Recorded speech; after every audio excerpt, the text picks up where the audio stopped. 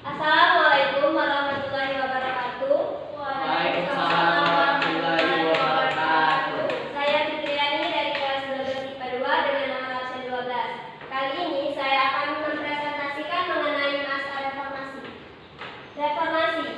Reformasi adalah perubahan pencatatan lama ke pencatatan baru yang menjadi lebih baik. Gerakan reformasi yang terjadi di Indonesia pada tahun 1998 bertujuan untuk melakukan perubahan dan pembaruan terutama terhadap tatanan ekonomi, politik hukum, dan juga sosial. Hal pokok yang menyebabkan terjadinya gerakan reformasi adalah kesulitan warga dalam memenuhi kebutuhan hidupnya. Harga 9 bahan pokok atau sembako melonjak naik seperti beras, garam, gula, gandum, dan sebagainya. Selain itu, masyarakat juga harus mengantri untuk memenuhi kebutuhan pokoknya. Sedangkan bukan hanya itu saja, masyarakat juga harus mengantri untuk memenuhi kebutuhan pokoknya. Sedangkan pada kondisi politik dan ekonomi semakin tidak menentu dan tidak terkendali. Indonesia mengalami krisis yang menyebabkan masyarakat tidak mempercayai pemerintahan Orde Baru. Krisis yang terjadi di Indonesia ini dikenal dengan krisis multidimensi. Terdapat 3 krisis. Yang pertama itu krisis ekonomi, yang kedua krisis hukum dan politik, yang ketiga krisis sosial. Nah, pada krisis ekonomi ini, kasus yang terjadi yang pertama adalah ekonomi Indonesia yang goyah karena krisis moneter yang menimpa negara di Asia. Yang kedua, turunnya nilai tukar rupiah, dan yang ketiga adalah pola ekonomi yang sentralis. Nah, pada hukum dan politik itu tingginya angka KKN, yang kedua pemilihan yang tidak jurdil, dan yang ketiga ketidakpercayaan masyarakat terhadap pemerintahan Orde Baru. Sedangkan pada krisis sosial itu terjadinya demonstrasi di mana-mana dan juga tingginya angka pengangguran. Nah, akibat ekonomi Indonesia yang semakin goyah dan tidak menentu ini, masyarakat melakukan demonstrasi. Demonstrasi ini dikenal dengan tragedi Trisakti. Tragedi Trisakti ini merupakan gerakan demonstrasi mahasiswa. Mahasiswa yang melakukan demonstrasi ini diikuti juga oleh mahasiswa Trisakti. Demonstrasi ini dilakukan dari kampus Trisakti menuju gedung Nusantara. Mereka melakukan aksi damai. Namun, aksi damai mereka dicegat oleh aparat kepolisian. Mahasiswa mencoba untuk bernegosiasi. Namun akhirnya mahasiswa bergerak mundur pada pukul 17.15, diikuti bergerak majunya aparat keamanan. Aparat keamanan mulai menembakkan senjatanya hingga korban pun berjatuhan. Korban-korban yang berjatuhan dilarikan ke rumah sakit Sumber Waras. Nah, bukan hanya korban luka saja, terdapat juga 4 korban yang meregang nyawa pada tragedi tersebut.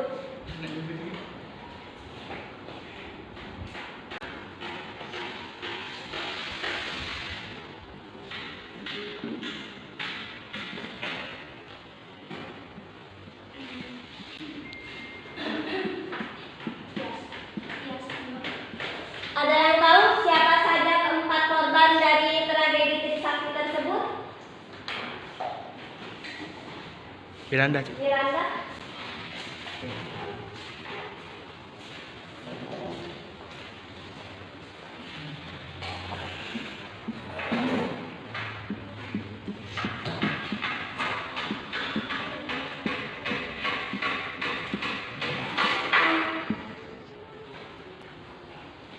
Ada lagi yang tahu?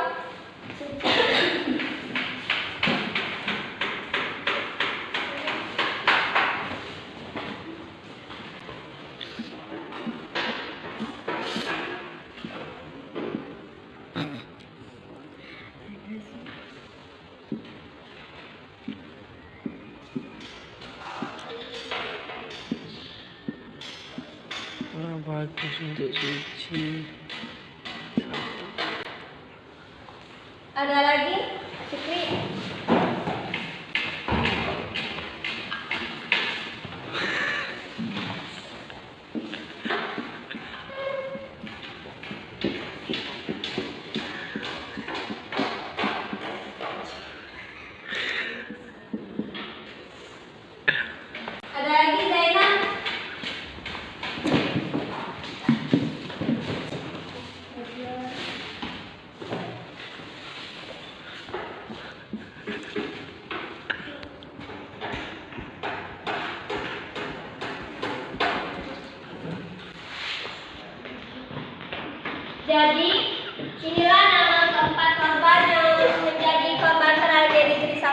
ada Hafidin Royan, Elang Mulia Lesmana, Hertanto, dan Hendriawansi.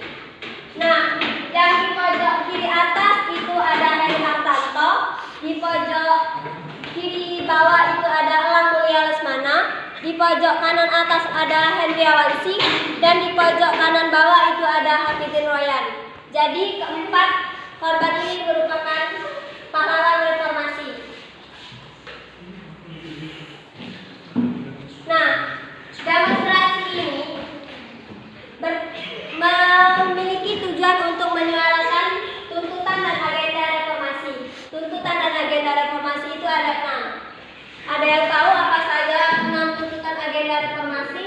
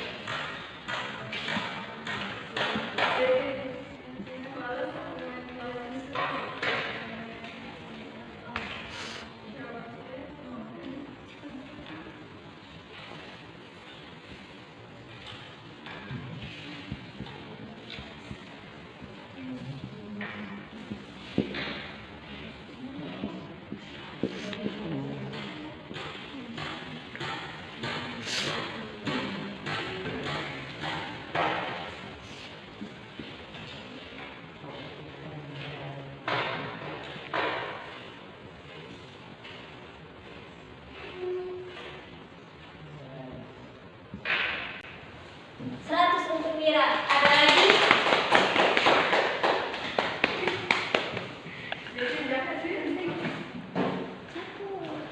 Mbak.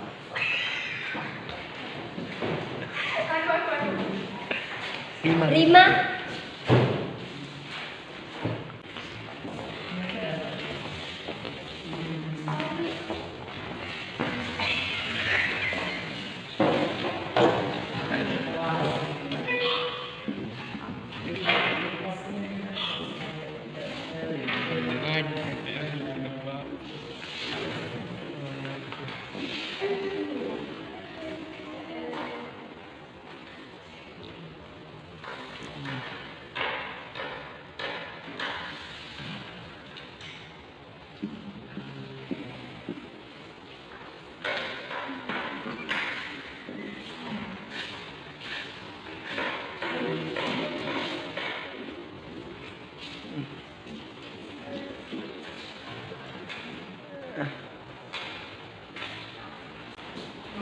Ada lagi?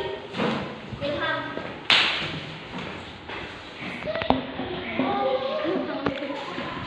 Sudah. Hidup.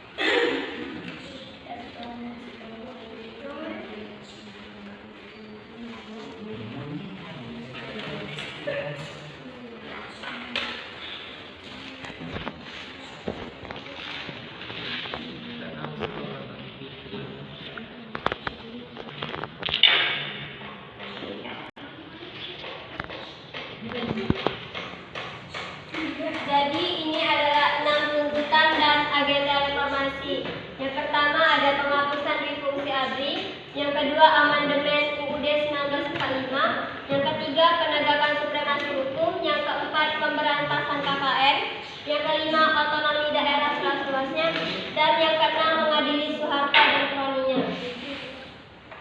Nah, setelah semua peristiwa yang terjadi, tepat pada tanggal 21 Mei 1998, Presiden Soeharto meletakkan jabatannya di depan Mahkamah Agung dan anggotanya. Presiden Soeharto tidak ingin semakin banyak korban yang berjatuhan dan demonstrasi di mana-mana. Maka dari itu, sejak 21 Mei 1998, Presiden Soeharto menunjuk B.J. Habibie wakilnya untuk menjadi presiden guna menggantikannya. Sejak saat itu, Presiden B.J. Habibie menjabat sebagai presiden ketiga di Indonesia. Ini adalah Presiden B.J. Habibie. Nah, beliau adalah presiden pembuka sejarah era reformasi. Pada saat beliau menjabat, beliau dibantu oleh suatu kabinet. Ada yang tahu nama kabinet B.J. Habibie? Miranda, Kabinet Pembangunan. 100 untuk Miranda. Jadi, selama menjabat, B.J. Habibie dibantu oleh Kabinet Reformasi Pembangunan. Saat menjabat, B.J. Habibie cukup mengalami kesulitan karena pada saat itu kondisi ekonomi Indonesia masih krisis akibat krisis moneter yang terjadi. Pada masanya juga, B.J. Habibie mengedepankan pemilihan yang undur-undur atau langsung, umum, bebas, rahasia, dan juga adil. Nah, pada masa B.J. Habibie juga, mata uang untuk tukar dolar Amerika Serikat menyentuh titik tertinggi, yaitu Rp6.000. Belum pernah ada satupun presiden yang bisa menyentuh titik nilai tukar rupiah sebesar Rp6.000 selain Bapak B.J. Habibie. Nah, setelah pemerintahannya berakhir, B.J. Habibie digantikan oleh Abdurrahman Wahid atau yang dikenal dengan Gus Dur. Ada yang tahu nama kabinet Gus Dur? Ridho?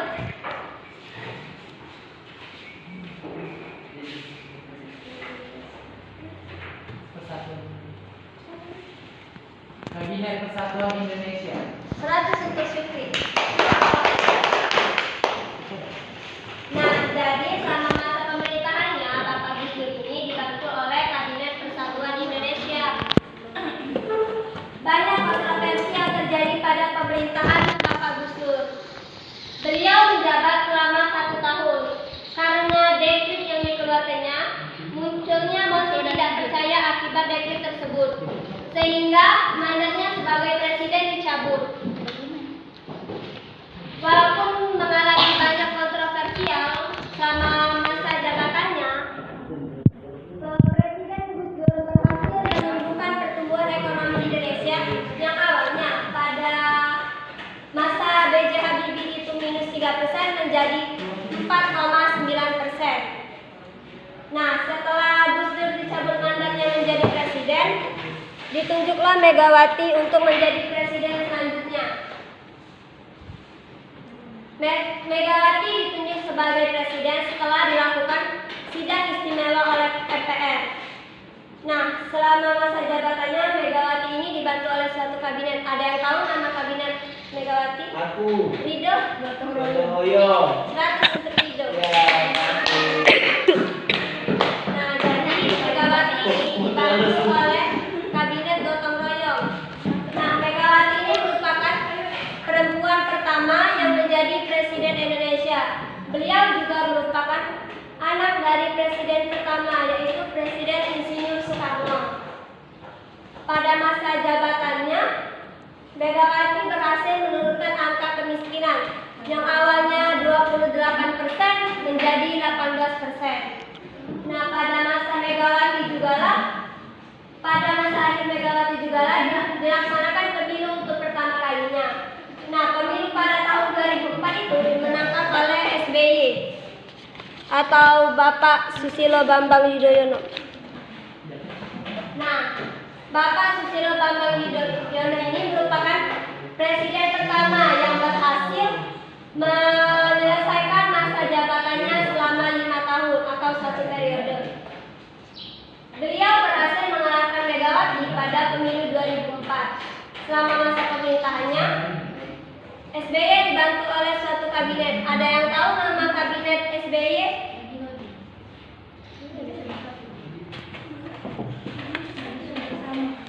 Indonesia Bersatu. 100 untuk Vira.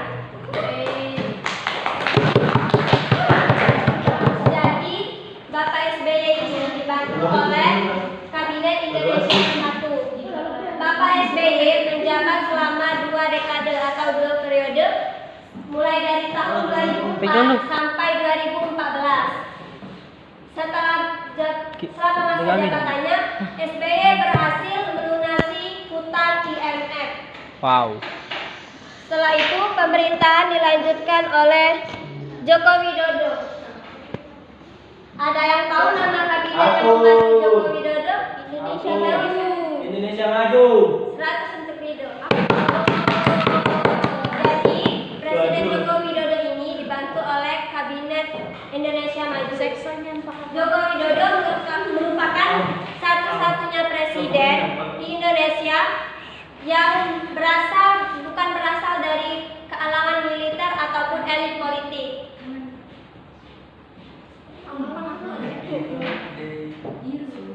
Presiden Joko Widodo belum bisa termasuk presiden reformasi karena masa jabatannya belum selesai. Mungkin itu saja yang dapat saya sampaikan. Apakah ada yang ingin bertanya? Oke, mengapa mahasiswa banyak berdemonstrasi ke gedung DPR, kenapa tidak ke Istana Presiden? Terima kasih atas pertanyaannya. Nah, mengapa mahasiswa melakukan demonstrasi ke gedung DPR bukan ke Istana Presiden? Karena pada saat itu penyelewengan itu banyak terdapat oleh keanggotaan DPR bukan kepresidenan. Jelas? Cukup jelas. Terima kasih. Sebelum itu, apakah ada masukan ataupun kritik untuk presentasi saya hari ini? Untuk kritiknya, Fitri tidak terlalu menggunakan media seperti foto ini kepada teman-temannya, tapi overall is good. Terima kasih. Pertanyaan diterima. Let's go. Ayo. Sebelum saya mengakhiri presentasi saya hari ini, saya akan menyampaikan kesimpulan pada presentasi ini. Kesimpulannya adalah masa reformasi adalah perubahan dan peralihan dari masa orde baru yang menjadi masa yang lebih baik. Itu saja yang dapat saya sampaikan. Apabila banyak salah kata saya mohon maaf. Saya akhiri. Wassalamualaikum warahmatullahi wabarakatuh. Waalaikumsalam.